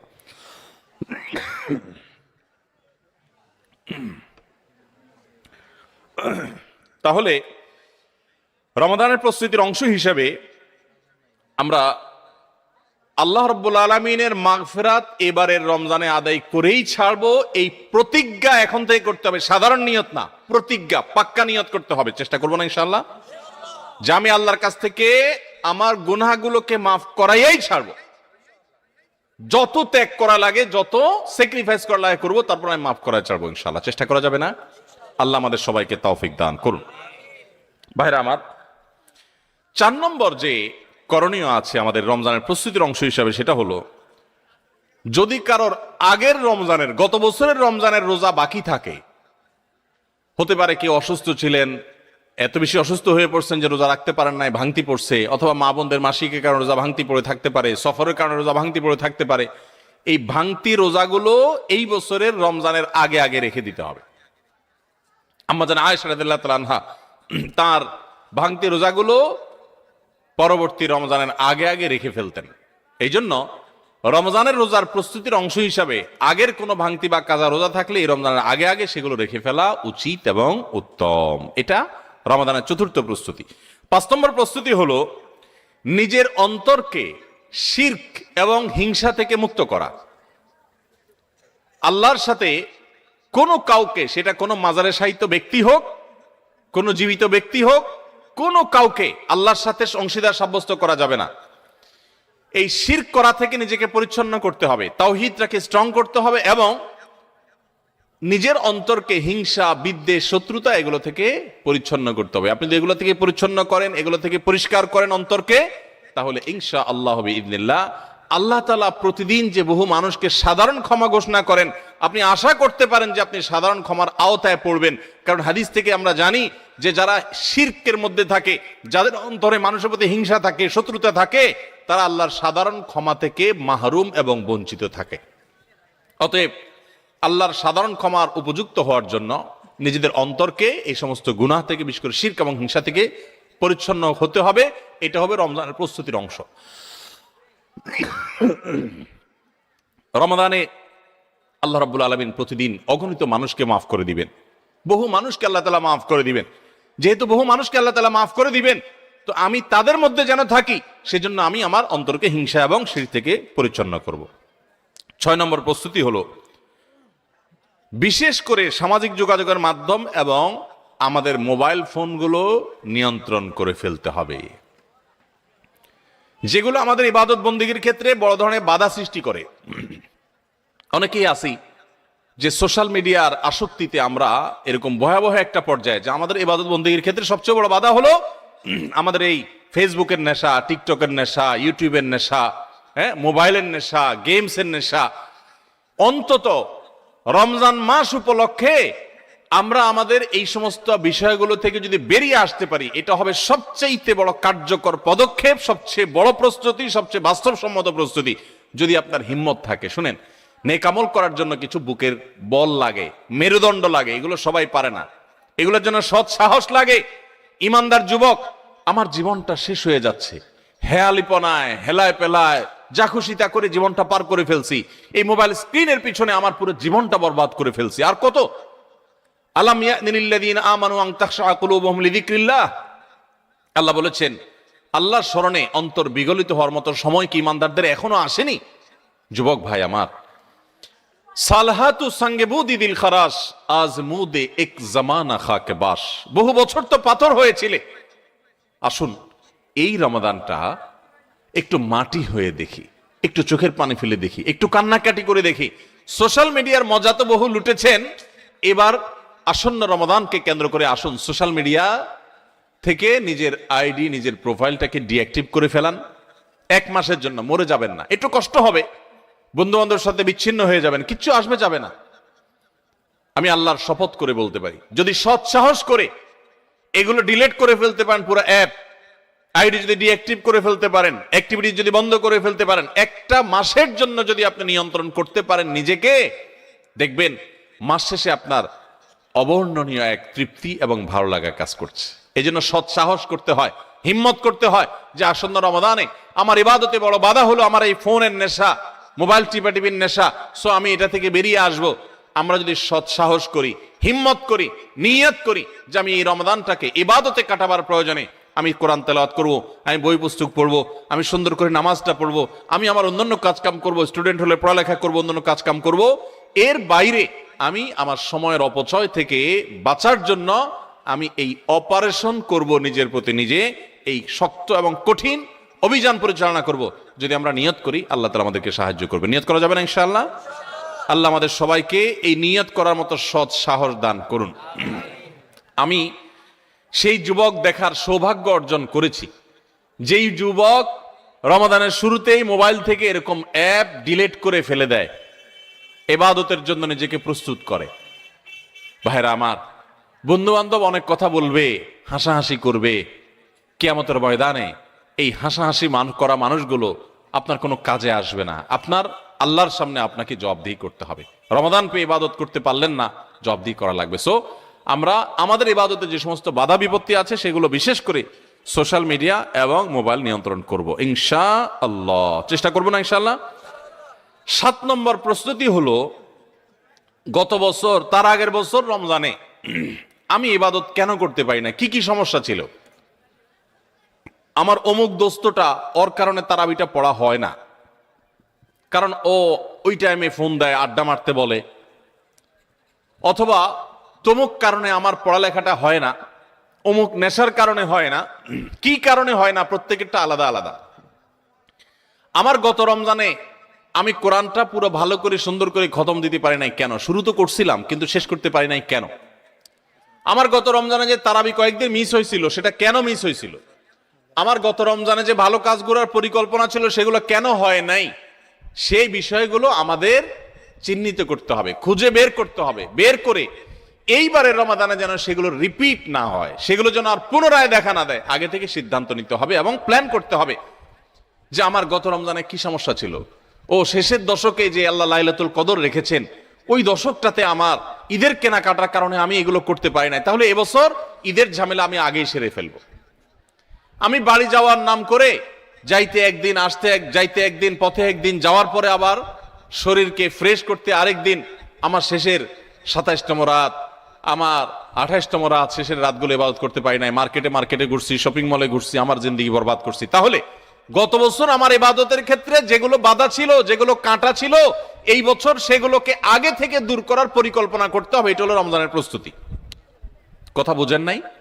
মা বোনরা ইফতার বানাইতে বানাইতে ইফতারের আগে দোয়া কবুল হয়, মূল্যবান সময়টা নষ্ট করে ফেলছেন, পারেন নাই। তো এই বছর পরিকল্পনা করেন যে আগে থেকে যেই জিনিসগুলো তৈরি করে রাখা সম্ভব, যতটুকু গোছায় রাখা সম্ভব সেগুলো গোছায় রাখবো। আর পরিবারের সদস্যদেরকে নিয়ে বসেন, এবার আমরা সবাই একটু ভালো করে ইবাদত করতে চাই, হেয়ালিপনা করতে চাই না। আমরা রমাদান খেয়ে পরে কাটানোর জন্য আল্লাহ দেন না, ইবাদতের জন্য দিয়েছেন। এই রমাদানের মূল্য এত বেশি যে এই রমাদান চলে যাচ্ছে, আমরা বেশিরভাগ মানুষ উপলব্ধিও করতে পারছি না, অথচ এই একটা রমাদান আমার গোটা জীবনকে পরিবর্তন করার জন্য যথেষ্ট। আপনারা জানেন জান্নাতের একটা স্পেশাল গেট আছে, নাম হলো রাইয়ান। এই রাইয়ান নামক গেট দিয়ে আল্লাহ রাব্বুল আলামিন শুধুমাত্র রোজাদারদেরকে প্রবেশ করার সুযোগ দিবেন, যারা রমাদান ইবাদত বন্দেগী করেছে, আল্লাহর নাফরমানি থেকে বেঁচে থেকেছে, তাকওয়ার জীবন অবলম্বন করেছে। আল্লাহ তাদের মর্যাদা দিবেন ওই স্পেশাল গেট দিয়ে প্রবেশ করে। এই জন্য জাহান্নাম থেকে বাঁচার জন্য, জান্নাত লাভের জন্য পরিবারের সদস্যদেরকে নিয়ে বসেন যে আমাদের এবারের রমাদানে আমরা ইবাদত করব। আমাদের গত রমজানে ইবাদত কেন হয় নাই? কারণ ইফতারিতে আমাদের 10 আইটেম না হইলে হয় না। এবার আমরা আইটেম কমাই, আমরা একটু খাবার পরিমাণ কমাই। যেই খাবার খেতে আমাদের ঝামেলা হইতো আমরা করব না। যদি কোনো মহিলার ইফতারের প্রস্তুতি ইবাদত না হয়, সাহারির সময় তার ঝামেলা তৈরি হয়, তাহলে এগুলো আগে ভাগে প্ল্যান করতে হবে, কিভাবে কমানো যায় ঝামেলাগুলো। হয় পরে করব, নয় আগে করব, নয় পরিবারের সদস্যদের সাহায্য নিব, নাহলে আইটেম কমাবো, কিভাবে হতে পারে প্ল্যান প্রোগ্রাম করতে হবে। বেড়াবেড়ি দাওয়াত খাই, হ্যাঁ, ইফতার পার্টি, সাহারি পার্টি, এগুলো করতে গিয়ে আমার ইবাদত হয় নাই, সো আমি এবছর সেগুলো করব না। এজন্য গত বছরের সমস্যাগুলো চিহ্নিত করে সেগুলো থেকে এবার দূরে থাকার চেষ্টা করতে হবে। এটা হলো 7 নম্বর প্রস্তুতি। 8 নম্বর প্রস্তুতি হলো রমাদানের যে আমলগুলো আছে, রমজানের ওই যে বললাম 27টা স্পেশাল আমল আছে হাদিসের আলোকে, 27টা। রমজানের সবচেয়ে বড় আমল কি ভাই? রমজান মাসের সবচেয়ে বড় আমল কোনটা? সবচেয়ে বড় আমল হলো রোজা রাখা। রোজা রাখার চেয়ে বড় কোনো আমল আছে? রমজানের দ্বিতীয় আমল হলো রাতে তারাবি পড়া। তৃতীয় আমল হলো কোরআনে কারীমের তেলাওয়াত করা। আল্লাহর কাছে দোয়া করা আরেকটা আমল। উমরার তৌফিক থাকলে উমরা করা আরেকটা আমল। নবী সাল্লাল্লাহু আলাইহি ওয়াসাল্লাম রোজা রেখে প্রচুর মিসওয়াক করতেন, সেটা আরেকটা আমল। শেষ দশকে ইতিকাফ করা, সেটা আরেকটা আমল। শেষ দশকের বেজর রাতগুলোতে ইবাদতের চেষ্টা করা, সেটা আরেকটা আমল। লাইলাতুল কদর পাওয়ার চেষ্টা করা আরেকটা আমল। লাইলাতুল কদর পেয়ে গেলে আল্লাহুম্মা ইন্নাকা আফুউন তুহিব্বুল আফওয়া ফা'ফু আন্নী পড়া আরেকটা আমল। এই রকম 27টি আমল স্পেশাল আছে রমাদানের জন্য, যেগুলো কোরআন এবং হাদিস থেকে প্রমাণিত। তাহলে সেই আমলগুলোকে এখন থেকে টুকটাক করা শুরু করার চেষ্টা করা। একটু নফল রোজা রাখেন, তাহলে রমজানে যে রোজা রাখবেন ওটা সহজ হবে। এখন থেকে রোজা রাখার অভ্যাস করেন। নবী সাল্লাল্লাহু আলাইহি ওয়াসাল্লাম মাসে বিশেষ রোজা রাখতেন। আপনি এখন থেকে দান সাদাকার অভ্যাস শুরু করে দেন, প্ল্যান পরিকল্পনা শুরু করে দেন। এইটা হবে রমজানের প্রস্তুতি, যে রমজানে যে আমলগুলো করবেন এখন থেকে সেগুলো শুরু করে দেন। ওই যে বললাম দান ও গাড়ি 100 মাইল স্পিডে চলতে পারে না, আগে 20 মাইল স্পিডে চলেন, শুরু করে দেন। এরপর চাঁদ উঠলে রমজান শুরু হয়ে গেলে আপনি 100 মাইল স্পিডে যেতে পারবেন। চেষ্টা করবেন না ইনশাআল্লাহ? তাহলে 8 নম্বর আমল হলো ভাই, রমজানে যে আমলগুলো করব সেগুলোকে এখন থেকে রিহার্সেল শুরু করে দিব, প্রস্তুতিমূলক ওয়ার্ম আপ এটা শুরু করে দিব, মহড়া শুরু করব একটু একটু করে। যে রমজানের তেলাওয়াত করব, এখন আর ধরবই না। না তো রমজানে আমি প্রতিদিন 1 পারা পড়বো, এখন 1 পৃষ্ঠা পড়ি। রমজানে প্রতিদিন 3 পারা পড়বো, এখন 1 পারা পড়ি। আমি একটু একটু করে কোরআনের সাথে সম্পর্ক করি, কোরআনটাকে রেডি করি, কোরআন কিনে প্রস্তুত করি নেই যে কোনটা আমি পড়বো না পড়বো, সেগুলো রেডি করি। 9 নম্বর আমল হলো রমাদানের সময় আমি কোন আমল করব না করব, কখন কি করব, এটার একটা চার্ট রেডি করে ফেলবো। আমার কোরআন খতম করতে হলে এমন টাইমে কোরআন তেলাওয়াত করতে হবে প্রতিদিন যখন কোনো কাজ থাকে না, ফজরের পরে আমি একটু কোরআন তেলাওয়াত করে তারপর ঘুমাবো। তাহলে ওই টাইমে তার অন্য কোনো ঝামেলা থাকে না, আমার আর মিস হবে না ইনশাআল্লাহ। তারাবির পর আমি শোয়ার আগ দিয়ে তেলাওয়াত করি, তারপর শোবো। আবার ভোর রাতে দোয়া কবুল হয়, সাহারি খাইতে উঠলে আমি প্রতিদিন 10 মিনিট হাতে রাখবো একটু দোয়া করার জন্য। আগে থেকে এগুলো চার্ট তৈরি করে ফেলতে হয় যে কোন টাইমে আমি কি করব। আমার প্রত্যেকটা বিষয়কে যদি এখন শিডিউলের মধ্যে নিয়ে আসতে পারি, ইনশাআল্লাহ রমাদানের যথাযথ প্রস্তুতি গ্রহণ করা হবে এবং দেখবেন আপনার রমাদানে অনেক অর্জন করার সুযোগ আপনি লাভ করেছেন। তাহলে 9 নম্বর প্রস্তুতি হলো চার্ট করা, শিডিউল করে ফেলা, পুরো রমজান মাস কিভাবে কাটাবেন তার সারাদিন সকাল থেকে রাত পর্যন্ত একেবারে পুরো শিডিউল। 10 নম্বর হলো শাবান মাসের শেষ দিনে 29শে শাবান পশ্চিম আকাশে চাঁদ দেখবেন, এটাও রমজানের প্রস্তুতির অংশ। আমরা আমাদের ছোটবেলায় গ্রামে চাঁদ দেখেছি, এখন মানুষ চাঁদ দেখে না, দেখে চাঁদ আকাশে দেখে না, চাঁদ এখন মোবাইলে খোঁজে। কোথায় খোঁজে? মাগরিবের পরে মোবাইল হাতানো শুরু করে দেয়, এই রমজানের চাঁদ দেখা গেছে, ঈদের চাঁদ দেখা গেছে কিনা, চাঁদ দেখা কমিটি কি বলছে, ফেসবুকে নিউজ আসছে কিনা দেখো। চাঁদ তালাশ করার কথা আকাশে, সেখানে চাঁদ তালাশ করে আমরা কোথায়? মোবাইলে। চাঁদ দেখা কমিটি যে চাঁদ দেখার ঘোষণা দিবে, তাদের কাছে তো আসমান থেকে ফেরেশতা নাজিল হবে না যে ওইটা শুনে তারা ঘোষণা দিবে। আমরা সারা দেশ থেকে দেখলে, তাদেরকে নিউজ দিলে তারপর না তারা সেই নিউজের ভিত্তিতে ঘোষণা দিবে। তো আমরাই যদি সবাই চাঁদ দেখা বন্ধ করে দেই, তাহলে তারা কিভাবে ঘোষণা দিবে? এই জন্য দেখবেন চাঁদ দেখা কমিটি বেচারারা ঘোষণা দিতে দিতে কোনো বছর রাত 10টা 11টা 12টা বাজায় দেয়। সাদে বাজায়, কারণ আমরা তো তাদেরকে সাহায্য করি না। মনে রাখবেন, রমজানের চাঁদ অন্য যে কোনো আরবি হিজরি মাসের চাঁদ যদি আপনি খোঁজেন পশ্চিম আকাশে, দেখেন আর না দেখেন, আপনি একটু তালাশ করেন, চেষ্টা করেন। যদি চাঁদ দেখার চেষ্টা করেন, তাহলে আপনি চেষ্টা করার কারণে সওয়াব পাবেন, সুন্নাত একটা জিন্দা করার সওয়াব পাবেন। আর চাঁদ যদি দেখতে পান তাহলে দোয়া পড়বেন, আল্লাহুম্মা আহিল্লাহু আলাইনা বিল ইয়ুমনি ওয়াল ঈমান ওয়াস সালামাতি ওয়াল ইসলাম রব্বি ওয়া রাব্বুকাল্লাহ। হে চাঁদ, হে আল্লাহ, আমি তোমার কাছে এই চাঁদ, এই চাঁদের মাসটা, এই মাসটা আমি বরকতময় মাস হিসাবে তোমার কাছে চাই। ঈমানের সাথে যেন থাকতে পারি, শান্তি নিরাপত্তার সাথে থাকতে পারি, ইসলামের সাথে থাকতে পারি। এরপর চাঁদকে লক্ষ্য করে বলা, হে চাঁদ, তোমার এবং আমার সৃষ্টিকর্তা এক আল্লাহ, তোমারও রব আল্লাহ, আমারও সৃষ্টিকর্তা আল্লাহ। তো এই দোয়া পড়া সুন্নাত। যদি চাঁদ দেখতে পান দোয়া পড়বেন, আর না দেখতে পারলে চেষ্টাটা করবেন, তাও সওয়াব পাবেন। এই জন্য শাবানের 29 তারিখে পশ্চিম আকাশে চাঁদ তালাশ করবো তো ইনশাআল্লাহ। এগুলো এখন বিদায় হয়ে গেছে, চাঁদ তালাশ করা। চাঁদ তালাশ করা একটা বিলুপ্ত সুন্নাহ। এই সুন্নাহ জিন্দা করার চেষ্টা করবেন, রাস্তা বের হয়ে পশ্চিম আকাশে তাকাবেন। তাহলে এটা হবে রমজানের প্রস্তুতির একটি বিষয়। 10 নম্বর প্রস্তুতি হলো শাবান মাসে চাঁদ দেখা। আর 11 নম্বর এবং সর্বশেষ প্রস্তুতি হলো আল্লাহর কাছে ইবাদতের জন্য দোয়া করতে হয়। আমাদের পরিকল্পনা আমরা করতে পারি, কিন্তু তৌফিকটা আসলে আল্লাহ দিবেন। এই জন্য আমার পরিকল্পনাগুলো করে আমি বলবো, আল্লাহ আমি চাটও তৈরি করেছি, রমজানে মাসালা জানার জন্য বইও কিনেছি, আমি কোরআনও তো রেডি করেছি, তেলাওয়াতও শুরু করে দিয়েছি, টুকটাক নফল রোজা রেখে আমার প্রস্তুতিও শুরু করে দিয়েছি। আমি আমার জায়গা থেকে যা করতে পারার আমি করছি মাবুদ, এবারের রমজানটাতে তুমি আমার একটু ইবাদত করার তৌফিক দিও। ভাইরা আমার, আপনারা অনেকেই অনেক স্বাদ জীবনে আস্বাদন করেছেন, আড্ডা মেরে বন্ধু বান্ধবের সাথে একান্তে কাটিয়ে বিভিন্ন রকমের কাজ করে মজা অনেক লুটেছেন। আল্লাহর শপথ, রমজানটাতে যদি আপনি ইবাদত করে কাটাতে পারেন, রাতভর একটু চোখের পানি ফেলে তাহাজ্জুদের সময় সাহারি খাওয়ার পর 10টা মিনিটে যদি একটু কাঁদতে পারেন, আল্লাহর কাছে মাপ চাইতে পারেন, আপনার কাছে পৃথিবীর যে কোনো কিছু তৃপ্তির চাইতে অনেক বেশি তৃপ্তিদায়ক হবে এই আল্লাহর কাছে একান্ত মুহূর্তে কান্নাকাটি করা, দোয়া করা, ইবাদত করা, ইস্তেগফার করা, আমলে মশগুল থাকা। আপনি সেই জিনিসটা করার পরিকল্পনা এই বছর রমাদানে নেন, চেষ্টা করা যাবে না ইনশাআল্লাহ। ভাইরা আমার, সেজন্য আল্লাহর কাছে দোয়া করতে হবে, আল্লাহ আমি আমার চেষ্টা যা নেওয়ার, প্রস্তুতি যা নেওয়ার আমি নিয়েছি, চেষ্টা করেছি, মাবুদ তুমি এবার আমাকে তৌফিক দিও। নবী সাল্লাল্লাহু আলাইহি ওয়াসাল্লাম প্রত্যেক নামাজের পরে দোয়া করতেন, আল্লাহুম্মা আইন্নি আলা যিকরিকা ওয়া শুকরিকা ওয়া হুসনি ইবাদাতিক। ও আল্লাহ, তোমার কাছে আমি সাহায্য চাই যেন তোমার সুন্দর করে ইবাদত করতে পারি, যেন তোমার স্মরণ আমি সুন্দর মতো করতে পারি, হ্যাঁ, তোমার কৃতজ্ঞতা শুকরিয়া যেন আদায় করতে পারি, সেই তৌফিক তুমি দাও। আল্লাহর কাছে তৌফিক চাইতে হয়।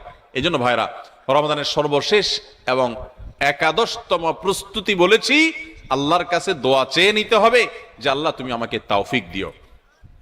আল্লাহ তাআলা আমাদের সবাইকে রমাদানের এই সবগুলো প্রস্তুতি যথাযথভাবে করে আসন্ন রমাদানকে আমাদের জীবনে এক ব্যতিক্রমী রমাদান, সার্থক রমাদান, সফল রমাদান, তৃপ্তিদায়ক রমাদান এবং জান্নাত কামানো রমাদান, মাগফিরাত লাভ করা রমাদান হিসাবে কাটাবার তৌফিক নসিব করুন।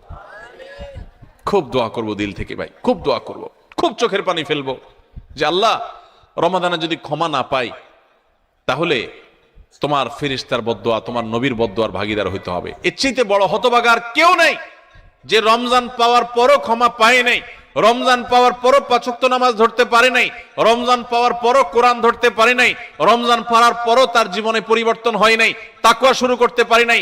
এর চাইতে হতভাগা, এর চাইতে কপাল পড়া আল্লাহর জমিনে আরেকটা নেই। ভাইরা আমার, সেজন্য এবারের রমাদানটাকে আমরা একটু নড়ে চড়ে বসে ভিন্নভাবে কাটাবার চেষ্টা করি। আল্লাহ হে আরশে আজিমের মালিক, আপনি আমাদের সবাইকে তৌফিক দান করেন। আমরা চেষ্টা করব না ইনশাআল্লাহ ভাই, রমাদানকে সুন্দরভাবে কাটাবার জন্য এখন থেকে প্রস্তুতি নিব না ইনশাআল্লাহ। আমি এক নজরে আবারও আপনাদেরকে এই 11টা প্রস্তুতির কথা বলে দিচ্ছি। সর্বপ্রথম প্রস্তুতি হলো, রমাদানে যেন আমি ইবাদতের তৌফিক আল্লাহর কাছ থেকে পাই, রহমত যেন পাই, সেজন্য আমার পেছনের গুনাহগুলো থেকে আল্লাহর কাছ থেকে মাপ চেয়ে নিব। রমজানের প্রস্তুতির অংশ হিসাবে আগের গুলো মাপ চাই নিব, আল্লাহ আমাকে মাফ করে দাও।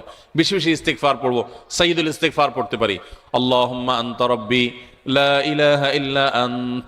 আল্লাহ আপনি আমার রব, আপনি ছাড়া সত্যিকারের কোনো মাবুদ নাই। খালাকতানি, আপনি আমাকে সৃষ্টি করেছেন, ওয়া আনা আবদুক, আমি আপনার গোলাম, ওয়া আনা আলা আহদিকা ওয়া ওয়াদিকা মাস্তাতাতু, যতটুকু পেরেছি আল্লাহ আপনার সাথে কৃত অঙ্গীকার আর ওয়াদাকে রক্ষা করার চেষ্টা করেছি।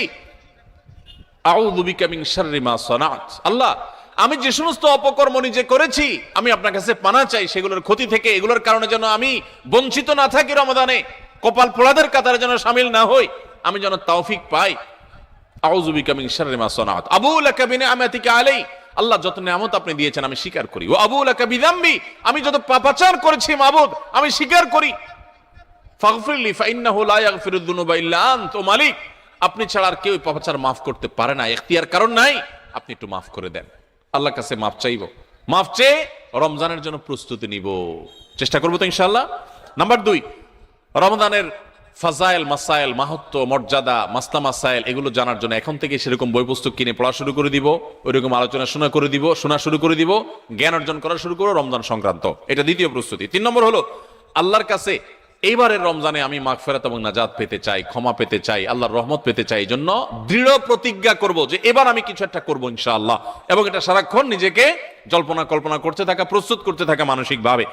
নাম্বার 4 নম্বর প্রস্তুতি হলো আগের বছরের কোনো রোজা ভাঙতি থাকলে সেগুলো আদায় করে ফেলা। 5 নম্বর প্রস্তুতি হলো নিজের অন্তরকে শিরক এবং হিংসা, বিদ্বেষ, শত্রুতা এগুলো থেকে পরিচ্ছন্ন করা। কারো প্রতি দুঃখ আছে, হিংসা আছে, দুঃখটা হিংসার লেভেলে চলে গেছে, তো আপনি সেই হিংসাটা দূর করে ফেলান, সবাইকে মাফ করে দেন, ফ্রেশ হয়ে যান, কারণ রমজান আসছে। সাধারণ ক্ষমা ঘোষণা যখন করা হবে তখন কিন্তু কপাল পোড়ারা, হিংসুকরা পাবে না মাফ। এই জন্য কারোর প্রতি হিংসা রাখেন না, কারোর অকল্যাণ চায়েন না, সবার কল্যাণ কামনা করেন, মনটাকে উদার করে দেন, বড় করে দেন, এতে আপনি সুস্থ থাকতে পারবেন। আর শিরক থেকে নিজেকে বাঁচিয়ে রাখেন, ইনশাআল্লাহ রমজানের সাধারণ ক্ষমার মধ্যে পড়বেন। এটা রমজানের প্রস্তুতির অংশ, যে শিরক এবং হিংসা থেকে নিজেকে পরিচ্ছন্ন করলেন। 5 নম্বর প্রস্তুতি। 6 নম্বর প্রস্তুতি হলো সোশ্যাল মিডিয়া, ফেসবুক ইত্যাদির নেশা এবং স্মার্টফোন পারলে গলা চিপে বন্ধ করে ফেলান। 1 মাসের জন্য বাটন ফোনে চলে যান অন্তত, এবং আইডি ডিঅ্যাক্টিভ করে ফেলান। একটু হিম্মত করেন, সৎ সাহস করেন, মরে যাবেন না। একটু কষ্ট হবে, এতটুকু কষ্ট যদি না করেন, কোন মুখে আল্লাহর কাছে আপনি জান্নাতের দাবি করবেন? একটু সোশ্যাল মিডিয়াকে 1 মাসের জন্য নিয়ন্ত্রণ করার যদি নিয়ত করতে না পারেন, আল্লাহর কাছে কোন মুখে জান্নাতের আশা করবেন, দাবি করবেন? এই জন্য 6 নম্বর প্রস্তুতি হলো যেই বিষয়গুলো আমার ইবাদতে ব্যাঘাত সৃষ্টি করে, অর্থাৎ এই সোশ্যাল মিডিয়া ইত্যাদি, এগুলোকে নিয়ন্ত্রণ করে ফেলা। 7 নম্বর হলো গত বছর রমজানে বা তার আগের বছরগুলোতে রমজানে আমার ইবাদতে যেসব বাধা ছিল, যাদের কারণে সমস্যা হয়েছে, ওই বন্ধুই আমার বন্ধুত্বের তালিকা থেকে বাদ দিয়ে ফেলতে হবে, ওই সার্কেল আমি ছেড়ে দিতে হবে, ওই আড্ডা আমার ছেড়ে দিতে হবে, ওই কাজ আমার ছেড়ে দিতে হবে, যেই কাজের কারণে আমার রমজানে ইবাদত হয় না, ওই কাজে আমি করব না। 1 মাসের জন্য নিজেকে স্যাক্রিফাইস করতে হবে। এটা রমজানের প্রস্তুতি, এখন থেকে প্ল্যান করে এগুলো বাদ দিতে হবে। এবং 8 নম্বর হলো যে রমজানের যে আমলগুলো আছে সেগুলো এখন থেকে একটু একটু করে শুরু করা। কোরআন তেলাওয়াত এখন থেকে শুরু করে দেন, রোজা এখন থেকে, নফল রোজা শুরু করে দেন, এখন থেকে তাসবিহ তেলাওয়াত শুরু করে দেন, এখন থেকে দোয়া দুরূদ শুরু করে দেন, তাহলে রমজানে বেশি করে করতে পারবেন। আর যদি তখন করবেন বসে থাকেন, করা আর হবে না। 9 নম্বর প্রস্তুতি হলো যে রমজানে সকাল থেকে রাত পর্যন্ত কিভাবে সময় কাটাবেন, এটার জন্য এখন থেকে রুটিন তৈরি করে ফেলান, রুটিন, এবং সেই রুটিনটা টাঙায় ফেলান, এই রুটিন অনুযায়ী চলবো, এখন থেকে প্ল্যান করে ফেলান। 10 নম্বর হলো শাবানের শেষ দিন 29শে শাবান পশ্চিম আকাশে একটু চাঁদ তালাশ করেন, দেখেন কিনা, রমজানের প্রস্তুতির অংশ হিসাবে। আর 11 নম্বর সর্বশেষ প্রস্তুতি হলো আল্লাহর কাছে দোয়া করবেন, আমরা সবাই দোয়া করব আল্লাহ যেন আমাদেরকে রমাদান মাসটিকে যথাযথভাবে কাটানোর তৌফিক দান করে। চেষ্টা করবো না ইনশাআল্লাহ?